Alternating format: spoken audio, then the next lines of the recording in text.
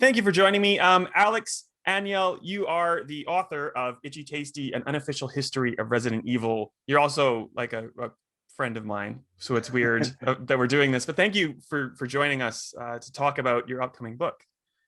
Yeah, thanks for having me on. Well, excellent. So it's published by Unbound. It's coming out April 2021, and I've been reading about its progress for it seems like years, probably more like months. But before we get into the book specifically, people probably know who you are if they're a Resident Evil fan. But I wanted to just kind of go back to the start. If you could kind of lead me into your introduction to Resident Evil, to the fandom, and how you kind of factor into all of that, that'd be great. Sure. Yeah, I actually got into Resident Evil a bit later than a lot of people have. My first game was Code Veronica, and that's why I have the strange username CVX Freak that I still use today. That was my first Resident Evil game. Not my first survival horror game, actually. That would have been Silent Hill. But I played Code Veronica and became very interested in the series from that point. And so I went back and beat the ones that came out before that, and have been playing every new Resident Evil game on pretty much day one since then. So I really like Resident Evil because I don't know, it's really hard to explain. Like, I don't even think of myself as a survival horror fan, because there are horror games that play similarly to Resident Evil, I would say, but I just can't really get into for one reason or another. But with Resident Evil, even as the genres have changed and even as the gameplay styles have shifted over the years, I've been able to beat just about all of them at least once. So I think it's just the universe that Capcom's created that I find to be very interesting. Yeah. I think the games are presented in an accessible way where, for me, video games are just a mechanism for having fun and just kind of getting away from the real world for a little bit. And I've always liked how Resident Evil kind of straddles the line between realism, and quirkiness, campiness. And it's always a fun ride. And I think that's why I find it so compelling to follow this franchise so closely. Oh, I'm right up there with you. And I knew of your existence long before I got to properly meet you, but you mentioned CVX Freak before, and my introduction to you, unknowingly to you, was through GameFAQs, really, because I went anytime I was playing a new Resident Evil game or revisiting an old Resident Evil game, I went to read your work because you wrote a host of free guides. Like, before there were, well, I guess there were probably Prima guides and stuff, but why buy a book when I can just go and use yours for free? So thanks. Yeah, I get embarrassed every time people mention those old guides, because I wrote them when I was a teenager, over 20 years ago. So I'm like, I can't even go back and look at them, because I imagine the writing quality cannot be good by today's standards. But if they help you, then I'm really happy to hear that. They really did, so thank you. But I guess it was a really good way for you to sort of like ease your way into the video game industry, and you're well and firmly established now. Obviously, you're writing books about Resident Evil, but you have your own business, which is heavily into the video game industry. Do you want to talk about Brave Wave a little bit? Get a bit of a Sure. Yeah. Before we keep going. Yeah, I would say the guides were definitely how I got my foot in the door, so to speak. And I think because I had written enough guides to catch a lot of people's attention, my first paid gig in the industry was when I was 17, and I wrote a guide on IGN for not Resident Evil 3, Silent Hill 3, excuse me. Yeah, that was my first paid gig. It was $300, which, if you're at that age, it's a significant sum of money. I remember when I did that, IGN invited me into their offices in San Francisco to take screenshots of the game, because the American release had come out a lot later than the Japanese and the European versions, for that matter. So we'd use those copies to assemble the guide together. So it was interesting meeting people in the industry. And I still wasn't sure if I wanted to get into the game industry at that point, but it was an option that I kept in the back of my mind. By that point, though, I do know that I did want to learn Japanese at some point. And I do remember already having committed to that because I was going to enter university not too long after that point. So I knew I wanted to study Japanese, which I did starting in university. Then I came to Japan, to Tokyo, to attend university. And that's when I met a lot of the prominent members of the game industry here in Tokyo. People that I used to read about in magazines like EGM and Game Pro and Game Informer. And somehow they took a liking to me. So after I graduated, we found opportunities to work together. I joined my first game company as well.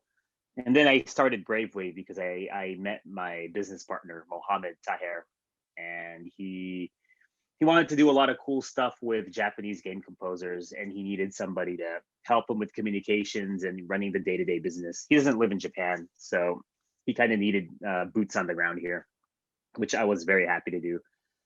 So yeah, we've been doing Brave Wave since January 2014. So it's been 7 years now. Somehow it feels so long and so short at the same time. So time flies. And I'm doing that as well. It's fun. Pre COVID-19 pandemic, I was traveling a lot to events like E3 where we first met. Yeah. And doing promotion, finding new business opportunities, hosting concerts and such. So it was a great gig. And at the end of 2019, I also decided to join Limited Run Games and spearhead their Japanese business development efforts. So I actually do two things, actually more than two things if you count the Resident Evil book as its own thing. Doing multiple things in this industry, but it's fun, and I really enjoy I guess the position that I have of being able to work in Japan, but being able to have regular communications with people outside of Japan as well. So it's a fun thing, although it is kind of tiring. So.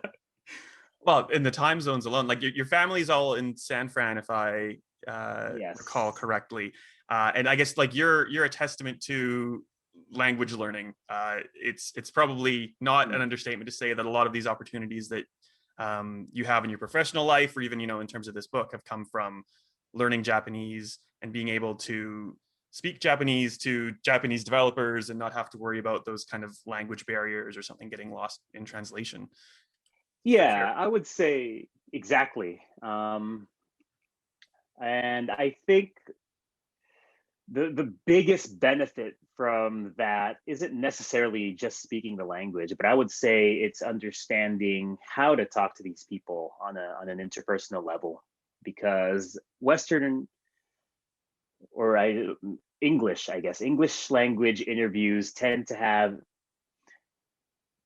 a specific style that in my experience, or in my opinion, can catch Japanese developers off guard because of the way they're phrased or how deep they go. Or I think the average English game interview question has like a lot of baggage, or there are a lot of preconceptions that go with it, which is fine. I think that style works and can work, but if the developer, him or herself, doesn't speak English, then in a lot of cases, it's up to the translator and the interpreter to kind of make that question understood and to make the answers, connect to it.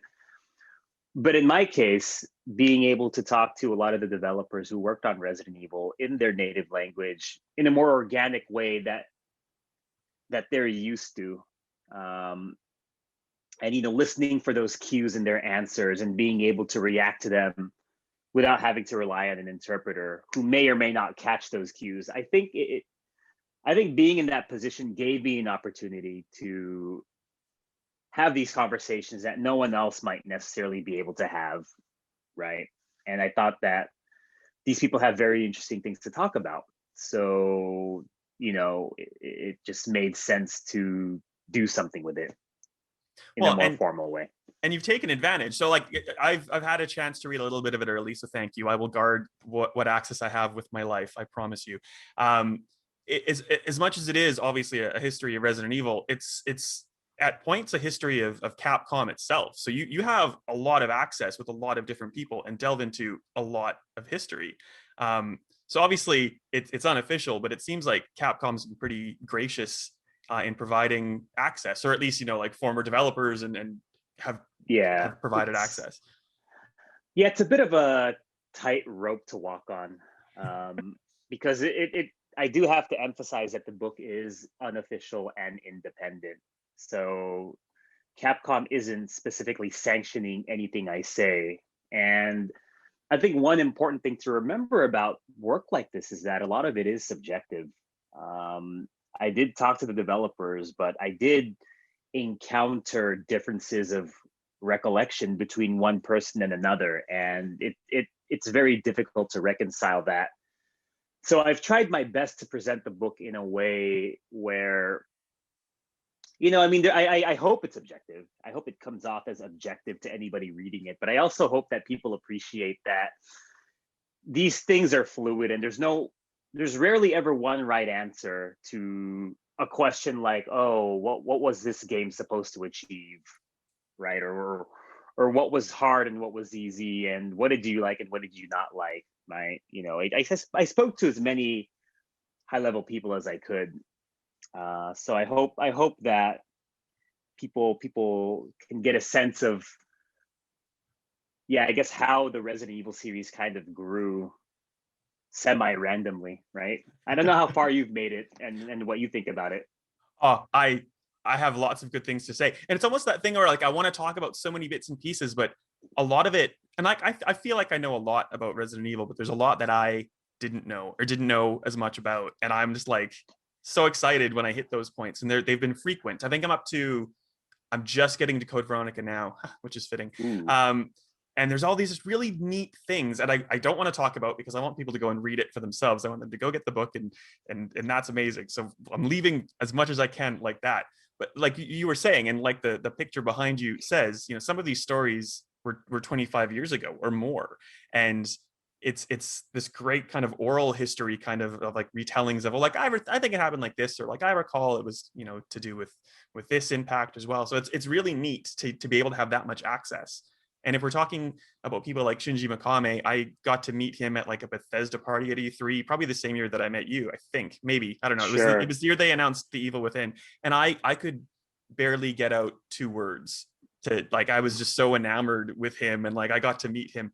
And you're not only meeting with him, but you're actually like composing yourself and getting all this really cool information out of him. So I'm jealous. I'm very jealous of your ability to do so. But also at the same time, like, did you have that kind of conflict of like just hero worship, or like, no, I got to do my job. I have to get some good stuff out of him. Yeah, I was lucky because I had met him once before the interview, actually twice before the interview. But like I was able to spend an evening having dinner with him in 2007 when I was 20. No, 19. I was still 19, and a friend of mine had invited me to have dinner with him when I was visiting Japan, Osaka, for the first time. So I was able to get my hero worship side out of me on that trip. And I 11 years later, I had another dinner with Mikami-san, and that was squarely focused on the interview. He's actually I don't know how to describe him. I think a Western or a non-Japanese speaking interviewer might perceive him as very humorous and kind of easygoing, but he's actually, I would say, a very sharp individual. Like he is very good at recalling a lot of stuff from the past. Nice. And I remember one funny part about the interview was that, like, I was processing a lot of his answers, but like he was so eager to keep talking that he kept telling me, ask more questions, ask more questions, ask more questions, and I was unprepared to ask more questions in that, so I had to come up with stuff on the spot. And then the person accompanying me who organized the interview was telling me, yeah, Mikami-san, he can be quite tough on people if he knows they can handle it. So yeah, it was amusing for sure. And I think once we're done with COVID, he told me to come back to him and give him an update on the book. So Nice. I look forward to that for sure. Nice. And he was helping out with some signed copies, from what I recall, in terms of the Unbound tiers, and you've signed some yourself. You've also brought Brave Wave in to give some bonuses to people. Yeah. And I've noticed there is like and I'm sure it would have been the case anyway, but there is an emphasis on some of the soundtrack and musical composition elements that I don't know if you'd normally get in something like this. So I would really appreciated that, especially when it comes to differences between like Yeah. Japanese versions and English versions, which in Resident Evil, like that's half the story, it seems like. Yeah, I tried my best to integrate some of the music, the information on the music into the series. I don't do it too much, except for one certain game that I'm sure anybody who knows Resident Evil should be able to figure out what that game is. Yeah, I mean, I did it partly because I work in game music and I have a lot of familiarity. Talking with composers countless times over the past 7 years, I just kind of knew how I knew how to integrate it into the book in a fairly organic way. But it's not, the book is not honestly the end all be all in that case, because like I don't get to talk too much about artists, for example, or illustrators, right, or planners. Yep. So it's not like I have every angle that could have ever been explored. And if the book does ever get revised in the future, I would love to try delving into that angle a bit. But the book's already pretty long for what it is. So, well, I'll tell you, with Village coming out, with rumors of Revelations 3, like I'm down for like 10 years or so, revised edition, or the continuing history. That's fine with me. Don't think you're out of this job yet. You've interviewed so many people for this book. Can you pick a favorite, or is it there's so many giant names that's favorite. Too hard? Or 2 or 3 if you really want. Well, I don't want to make they were all wonderful interviews. I would say maybe the Mikami-san interview was actually one of my, I wouldn't say least favorite, but it was probably the interview that surprised me the least, right? Yeah. The interview that I felt like I got the most out of, just holistically, would be the interview with the director of Resident Evil 3, Nemesis, Kazuhiro Aoyama-san, because we spoke for like 8 hours, maybe.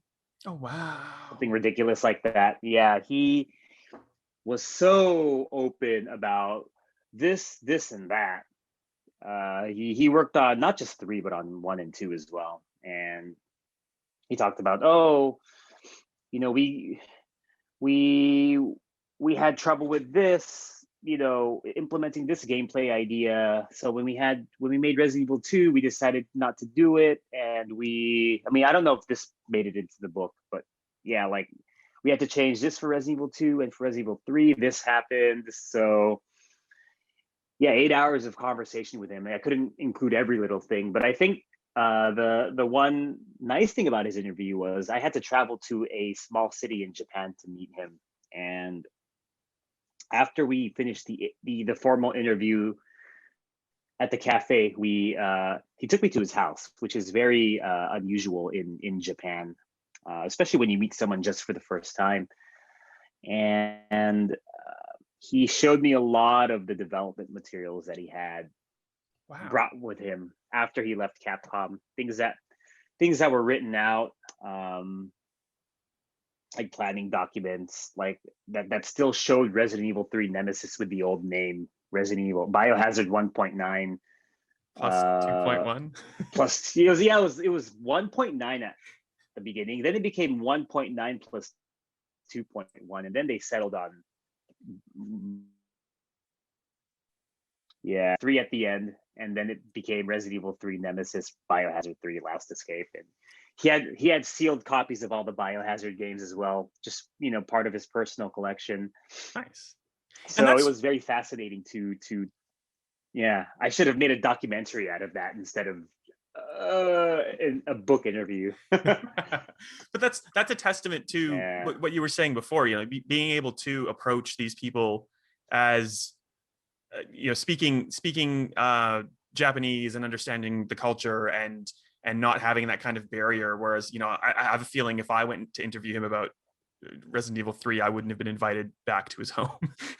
So that means that fans get this kind of insider look that we might not have received. And like, this franchise has been open and running for 25 years plus, depending on development. And you do mention interviews with GameStop or an EGM here, there, and everywhere, but a lot of this material seems like it's kind of coming from you. It's not something that you can just do some research and pick and choose from publications. This is because you've gone and traveled to small towns and met with people and had dinner and then developed a relationship to be able to do something like this. How do you feel about the response the community has had to this book? Like, you look at Unbound right now, I think it's 173% backed or something. You probably know specifically how much it was backed. That's about 1,000 people pre-publishing getting in on this book. That's tremendous support. That's a hunger for Resident Evil history. Yeah, I was really surprised that the response was that favorable. I thought maybe a few hundred people would back the book, right? And it wouldn't sell much more than that. But apparently there's been a lot of after or post campaign demand for people who didn't know about the campaign when it was going on. So the publisher has pretty, I would say, well, I mean, in the grand scheme of things, it's probably very modest. But I guess in the context of video game books, it's probably, they probably do have fairly positive expectations about it, commercially and critically. And I'm really glad that people like what they've seen so far. It's not easy to write a book, and I originally decided to write this book in 2017, right after Resident Evil 7 came out, and I thought the book would be out within a year of that, but I decided to rewrite the book 1 year in, based on feedback that I had gotten from people who I showed drafts to. And so it took, yeah, like another year to rewrite it, I would say. And yeah, and then the campaign came along, and that went on for a while, and then we finally were able to start going into the editing process during mid 2020. So here we are today. Yeah, Nice. It's almost out. Like, it went to press, and I'm really happy about it. Nice. I'm really unfamiliar with how Unbound works, so I apologize. How does that work? So if people are just hearing about the book now, do they have a certain amount of time that they can get in before, like, it's unavailable, or is it continually available? Fill me in. It's a crowdfunding book publisher, and according to them, they're the first of the world to kind of explore this business model. So very similar to Kickstarter, but the main difference is that they only do books, obviously, and the people operating the publisher have an expertise in terms of how books are written, edited, published, reviewed. The main difference between Kickstarter and Unbound is that Unbound specializes in crowdfunding books. So they have people behind the scenes who are experts in the publishing side of things, distribution, editing, legal review, which is a very important element of the book, making sure it comes out properly. So they don't publish the funding target specifically, but it was and in my opinion, a very substantial amount of money to get a project like a book off the ground. So I was very happy when we hit the funding goal. It was I think it was on Christmas, or like the day before Christmas. What a 2019. present. Yeah, it was. I was actually at a limited run games company Christmas party when it hit 100%, and I was able to celebrate right on the spot. So excellent. Yeah, that's the allure, I guess, or the unique element of Unbound. They've done a few video game books before, So they had kind of a precedent to go on, but publishing a book is not easy, right? I mean, there are a lot of self-publishing tools nowadays, but it's impossible for anyone to write a book on their own, in my opinion. You need an editor, you need someone to draw a nice cover for you, and I wasn't able to do all that myself. So I'm glad that I had the support of all the people who were willing to pitch in and help make this project a reality. And fitting, a Resident Evil book has to go through a couple iterations to get to, you know, the level that people want it to come out at. So that wasn't lost on me, and I'm sure it's not lost on you. I'm sure you'd prefer not to have had to do the work twice, but you know, it is what it is. I mean, yeah, I wouldn't say it was doing the work twice. I would say it was just finding my focus, or finding what works best. And you can't do that without trying a few approaches and seeing if they work or not. So, and I guess, yeah, video game development is certainly the same thing. You don't want to be committed to something and only that from day one without having the flexibility to develop into something that's more suitable. Nice. So you didn't answer my question. If people still want a copy of this book, can they jump on now? Can they Absolutely. Yeah. So on the Unbound site right now, I believe you can only purchase the ebook edition. Cool. I imagine they'll make the hardcover edition available again. But at the moment, you can pre-order the physical version of the book on Amazon, on all the Amazon websites around the world. They have the same listing. There you go. Plug it, man. Whether you're on Amazon.com, Amazon CA, I don't know if there's an Australian Amazon yet. I think .com today. I'll go check. I'll make sure we get links everywhere. It's all on there. Amazon, Japan, Germany, France. So nice. Yeah, and take a look. Sorry to cut you off. I don't want to talk about too much of what's going on, but there's some like really neat tidbits and like really like kind of general ones that I was surprised to learn about.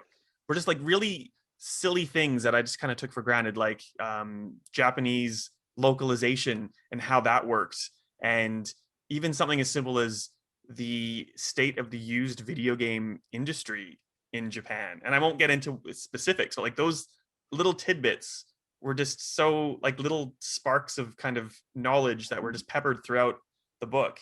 And if you are a Resident Evil fan, like there's going to be tons of those, I reckon. Do you have a favorite kind of little weird tidbit like that, or is that's probably like way too specific to try to get you to pull something out? I think it's fine. I would say Resident Evil likely being responsible for the establishment of Japan's equivalent of the ESRB or PEGI was probably very enlightening, because if you think about it, it does make sense, right? From a timing perspective, Resident Evil was one of the first mainstream violent video games to come out. And I would imagine that just like in the US, it might have ruffled a few feathers in Japan, and that required the establishment of an organization to manage that kind of content. So I thought, because, I work in biz dev in the game industry, and in my job, I have to be mindful of things like the ESRB and PEGI and how they will view the kind of content that we're trying to make. So yeah, that was probably one of my favorite tidbits to come out of the interview that I would never have thought about if nobody told me. Right. So there you go. Random Resident Evil lightning round. Fan questions for you. Okay. Favorite game? God, it changes every month at this point. Alex, lightning round. Resident Evil 4. Okay. Resident Evil 4. Character? Leon. Oh, good choice. Do you want a Code Veronica remake? Absolutely. Fair enough. Revelations 1 or 2? 1. Ooh, why? Because I feel like when I played it on 3DS, it felt quite revolutionary, very straightforward design, and really well made, in my opinion, in terms of technical polish. And story's a little funny, but I think it's a fun game to play. Revelations 2 is great, but it was a console game on day one, and I felt like the technical polish was lacking for a Resident Evil game. it felt really rough to play at launch. It's a lot better now, but I do take those things to mind. Like when Resident Evil Revelations 2 came out, like I thought it looked worse than Resident Evil 5, despite being like coming out 6 years later. 6 years is the gap between Resident Evil 1 and Resident Evil Remake. So, I try to have standards. But a lot of people do like 2 over 1. So I do acknowledge that there are a lot of things about 2 that are very interesting that would have, probably been even better if the game had a full budget. I'm a Claire girl guy. I'm a Claire guy who likes that girl. But Leon's, I think I like Leon above Claire, but I think I like those 2 characters above anything else. So I tend to gravitate towards that. Anyway, not the point. I don't want to keep you for too much longer. Plug yourself, plug Brave Wave, plug how to get the book. This is your opportunity to say whatever you want before I let you go back with your day. How can we follow all of the things? I mean, it's been a pleasure. So I'm actually sad it's coming to an end. But yeah, you can find me on Twitter, Instagram, and Clubhouse. Wow. All under the username CVX Freak. You can find Brave Wave. We have a website, bravewave.net. We have a Twitter account, Brave Wave Music. Also on Instagram. Limited Run Games, another one I want to plug. I think people should know where that is, but we have limitedrungames.com in our social channels as well. Yeah, and if anyone ever has a question about the book, just send me a message on Twitter and I'll try my best to answer. I'm not the best at getting back to people on a timely basis, unfortunately, but I am looking. So hopefully if you need to know something and I don't respond, feel free to follow up. And I can't wait till the book comes out. The ebook might come out in March. I'm hoping it does. So by the time people hear this, maybe it'll already be out. I'm not sure what the exact timing of this podcast publication is, but I'm aiming for a certain date in March that I'm hoping that we're able to meet. So. Nice. Well, we can try to time it if we want. So ebook via Unbound. You can go to Amazon in your locale and we'll make sure there's links. Because I really yes, you are my friend. Yes, I love Resident Evil, but this book is tremendously well written, informative. I recommend it for casual fans, for hardcore fans. It's really, really good, Alex. You should be very proud of your accomplishment. Thank you. I really appreciate that. I will fanboy a teeny bit. That's fine. Thank you so much for joining me again. I very much appreciate it. Thank you for your time and good luck for the book's launch. Thank you so much.